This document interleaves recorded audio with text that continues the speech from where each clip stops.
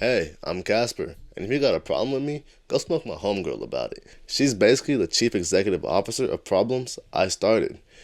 Speaking of CEOs, one just got Swiss cheese in the streets of New York like Spider Man's uncle. And if you don't know what I'm talking about, first of all, welcome back from your unplugged ayahuasca retreat. Hope it was fun. But the internet's getting pretty hyped again. So here's the YouTube Shorts version. So this guy, Brian Thompson, he's the CEO of United Healthcare. And United Healthcare has a few bad habits, namely an ongoing monopoly investigation, and they have a very shitty rate of accepting claims. Like, really shitty. Some sources estimate that they have double the average 16% claims denied with a staggering 32. Basically, what that means is that a third of their customer base just isn't getting access to the benefits they're paying for. For example, let's say you get a debilitating back injury and it's really fucking your day-to-day life. Then you go to use a service you're paying for and they tell you, you good, lock in, twin. That's the kind of thing that'll make you want to kill a man, allegedly. Maybe like someone who. Okay, you get it. The CEO of United Healthcare was assassinated Wednesday, December 4th, in Manhattan that morning. Silencer, subsonic rounds with deny, defy, depose engraved on the casings, out in the open street. Harrowing, isn't it? The sudden loss of life. Now imagine a grueling, painful life where you know help is there, but it's just out of reach because finance algorithms know better than doctors. But hey, they might be forced to help you, once they're at death's door. But for a price. Hey, your life's not refundable. We tried. Either give us the money or we'll take everything we can price. Basically, it's a pick your poison kind of thing. Either live in a restricted body with well finances or live in a well body with very restricted finances. But hey, there's a secret third option. Death. Hey, let's hope the claim goes through. Okay, I know what this sounds like. Obviously, killing people, it's bad. Murder is illegal. On the other hand, leaving people to die when they paid for you to help them, that's just business. Okay, it's apples to orchards. Let's talk about what happened next. For the next 4 days, people were really excited. Someone finally struck back at the man like Reddit anarchists dream of. Someone actually went and did it. Something happened. This member of the disgraced working class started the whole Spartacus movement. People were trying to get these jackets that showed up in this picture so they can throw off the search. It was crazy. Oh. Huh. He's not working class. He's actually a Penn State grad and pretty financially and physically well off. Once this picture dropped, the people's love was accompanied with lust. Oh, yeah, did I mention he got caught? Like, super duper fucking caught. Luckily for authorities, after a fruitless 4-day search, they finally caught him due to a tip from a McDonald's worker. Oh, and yeah, people, hate her now. The place is getting review bombed, and I heard that she lost her job. So, Luigi Mangione. He conveniently carried a manifesto, 3D printed gun, and a few fake IDs. Some do suggest that Mangione was actually a fall guy. And, I kind of argue that I don't think they would have chosen a conventionally attractive white guy. Italians are white, right? Anyways, there's layers to this shit. But, considering all this background knowledge, doesn't it kind of take the proverbial wind out of the sails? It wasn't some grizzled, rough-handed, blue-collared worker who lost a loved one because his insurance company swindled him. It was a wealthy tech bro who got a back injury and couldn't get it covered. Well, no. The best allies tend to be closer to the group you're opposing. They're the platform to the plan, so to speak. Some of the best abolitionist allies were the white abolitionists. You get the idea? But yeah, that's kind of about it for all the UHC stuff. No, don't go. I have other cool shit. Ever heard of a Killdozer? Yeah, sit back down. Continue eat watching. In 2004, Marvin John Heemeyer built this. No, it's not from the set of Mad Max. It's a bulldozer with enough steel tacked on it to eat explosions like a Killdozer? I'm sorry, I have nothing. This shop owner had a chip on his shoulder. The story is usually told like this. The city was straight up fucking him over because they wanted him off the land. A company even built a cement plant in front of his shop to block off the roads, and the government was just pelting him with fines wherever they could. A highlight of this is that they were fining him for the sewage system on the land that he inherited, and some do say that even when he tried to fix it to their liking, that they ripped it out the ground. So hey, they pushed him into a corner. And you know what happens when a good guy goes bad?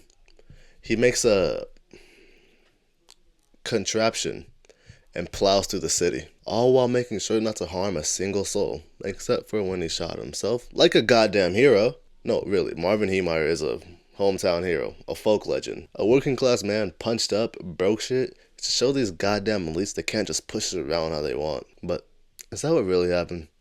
Let's take it from the top. So in 1992, Heemeyer bought a 2-acre plot of land for $42K so he could lease it out to his friend to build an auto repair shop. And Cody Dochev was there. Remember the cement company? Yeah, that's him. Heemeyer claims that Dochev cussed him the hell out after because he was pissed that he had the land. But everyone that was actually there doesn't recall this. But hey, the whole city's against this guy.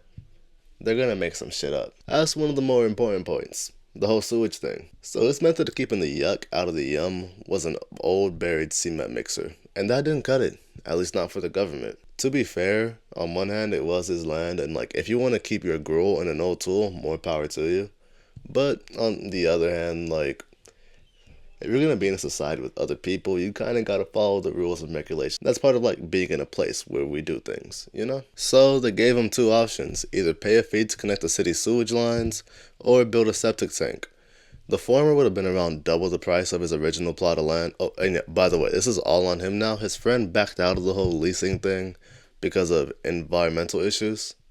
And our main man, Heemeyer, said no to both. His argument was that the government not paying for it themselves was extortion by fiat. Get the idea? The kind of guy we're dealing with now? And yeah, so he just wasn't going for it. And that was that. Nothing much came of it. At least that wasn't until 1997 when the Dochev family company decided they wanted to start expanding a bit, and the government suggested to buy Heemeyer's land. Most because it's out of the way from hotels and businesses. You want to keep all that industry shit out of the way because it's gross and not fun for the family or whatever. Out of sight, out of mind. Heemeyer was actually ready to sell at the price of $250,000, but he got his land reappraised to around $375,000, around a 50% increase. And the Dochevs, they pulled together $350K. I say that's pretty cool, but this is where Heemeyer got clever. He pushed the envelope. He asked for $450 this time. Believe it or not, it did not go through. But the Dochevs had ambitions to expand their business. So they bought the plot next to this, something he just tried to buy. This is a bit of a plot, if you will, to, kind of leverage him into making the deal. And he came to them. He would trade his land for a subdivision of theirs that they just got. And that deal actually landed. Well, at least until Heemeyer demanded that they create a building for him on the site that would have costed him around $1 million. Of course, they didn't follow through. And then he stonewalled him. Basically gave him a cold shoulder. A big fuck you, if you will. It's kind of strange that for someone who's so against the government, infrastructure, and whatnot, he really wants to get free shit from other people. Anyways, he launched a campaign against the plant. Noise, blah, blah, blah, the environment, yada, yada. And people were siding with him until the Dochev did a little demonstration with, figurines and things like that. By 2001, Heemeyer lost most of his supporters and the town unanimously supported the plant.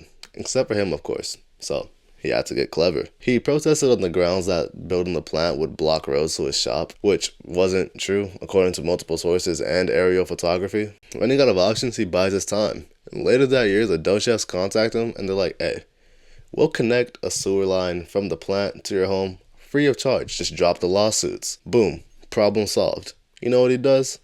Of course, he hangs up on him. At this point, he's strangely attached to shitting in this underground barrel. Does he know something we don't? But I guess he got too attached. This is around the time when the tank started to fill up. So he started dumping it into an irrigation duct behind the property, fucking up the water and shit. What could go wrong? He also tried to connect it to a neighbor's sewer line with a gas pump, which got him caught. Yeah, I'm a bit confused too. I'm not sure exactly what his goal is. Well, after he got caught fucking people's shit, shit. The sewer district started to actually, enforce the legal requirements and not have a poop drum in your backyard. After 9 years of leaving him alone, and this is all because, yeah, I don't fucking know. I couldn't tell you. But what I do know is that this is when he started forming a plan. That's right. Heemeyer got clever. By clever, I mean he bought a bulldozer, couldn't resell it, and took that as a sign to fulfill God's plan. Ooh, Scary. So he liquefied all his assets, sold his land for 400K, and leased out a small part that he previously owned so he could work on something. He built a secret room and began work on the Killdozer, all while dumping his sewage in the same irrigation duct.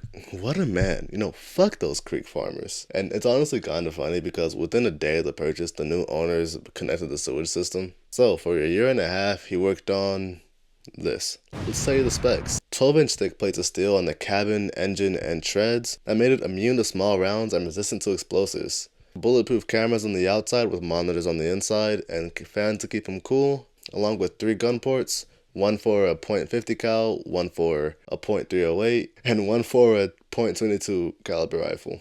On June 4th, 2004, it was ready. Today was the day that God's plan would come into fruition. And we're not talking Drake, baby. What are the optics on saying Drake and baby in the same sentence? And anyways, that plan, mowing through 13 buildings in Granby, Colorado. The first of them, you fucking know it, that goddamn cement plant. And Cody Dochev was there, and he tried to stop it. He tried to shoot at it, climb on it. Man, the Killdozer would not be stopped. It got to the point where he had his own truck, but it was lacking the steel plating and guns firing at him. As expected, police got involved and tried to shoot out the cameras. But remember, Marvin's clever. They're bulletproof. He charged at where they took cover and would have killed them if they didn't escape within seconds of the demolition, which was obviously his intention. He wisely plotted that they would escape. He was such a good planner, in fact, that when he went to the town hall that was hosting a child story hour, the kids barely escaped within moments before the building came crashing down. Part of his plan. He's just getting back at the city, Especially that part where he fired shots into a propane tank yard, some of them holding 30,000 gallons of the stuff. This led to an evacuation within the 1,000-yard radius. And the funny part is, nothing really went, pop. Surely he was trying to intimidate the townsfolk, and he knew that none of the 15 rounds he shot into the tanks or the nearby power transmitter would actually do anything, allowing them ample time to escape. As time went on, feds weren't really sure what to do about the Killdozer because it was dozing like hell.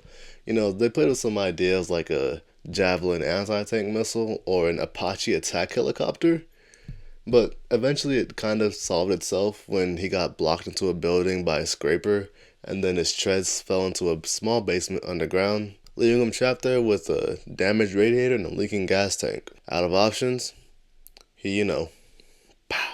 After investigation, they found a hit list, tapes talking about everyone who slighted him, and kind of ranting about how this is God's plan for him and whatnot. Yada yada. That's about all there is to it. As much as I love destruction of the system, I can't say I condone what Marvin Heemeyer did, which you might think is odd considering the similarities to this and Luigi Mangione's escapades. I mean, they're both well-off people who struck back at the institutions that made their lives hell. Yeah, I don't know if you caught on, but Heemeyer is not really a working class guy. He owned land and a business. And I don't know many people who have the fucking money to build a tank. But hey, Heemeyer didn't kill anyone. And I don't know if you can attribute that to, his own intentions or just general incompetence and the city's response being fairly quick. In reaction to Luigi Mangione's whole plan, and it was actually stated in the manifesto that he didn't want to get any innocents involved, just the target. But on the other side of that, you can make the argument that the whole town was in fact Heemeyer's enemy. And that is possible. I've seen talk of something like that, but I feel like if you make an entire town your enemy, you have to be doing something wrong. Also, I'm not a big fan of the whole libertarian motives thing. I'm pretty sure I explained this earlier, but he wants his own land to do whatever he wants. Sure, that's fine. But you want to own a shop within a town that's a part of society, you gotta play by society's rules. If you're gonna be a part of a society, you gotta put in some of the ends. And honestly, that guy had so many fucking chances. It's kind of ridiculous. He had 9 years to do anything.